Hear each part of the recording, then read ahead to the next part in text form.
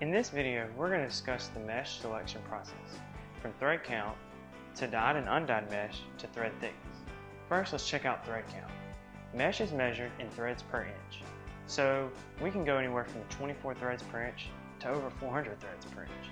Generally in screen printing, we're using anywhere from a 110 to a 305 mesh. 110, 155 mesh is used for printing white ink on a dark garment, and a 230 and a 305 mesh can be used for simulated process, four-color process, halftones, or a thin ink deposit. The fewer threads per inch, the more ink we can pass through in one stroke. The more threads per inch, the less ink we can pass through, but the higher detail we can achieve. So generally, when you're printing those high detail jobs, you want to use a higher mesh. Next, we have dyed and undyed mesh.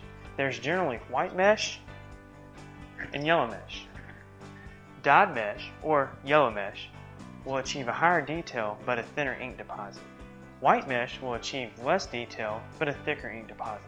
So when you're printing white ink, you'll generally want to print it through a white mesh. However, if you're printing four-color process or trying to achieve a smooth print, you'll want to try a dyed mesh. Next, let's check out thread thickness. The thicker the thread, the more durable the screen.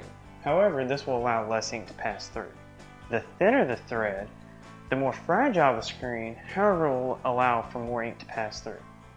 I hope this helps you understand the importance of mesh selection in screen printing. By printing black ink through a 230 mesh versus a 110 mesh, you can save over 50% in your ink costs as well as boost your profit margin. This will allow for a smoother print on the t-shirt for your customer.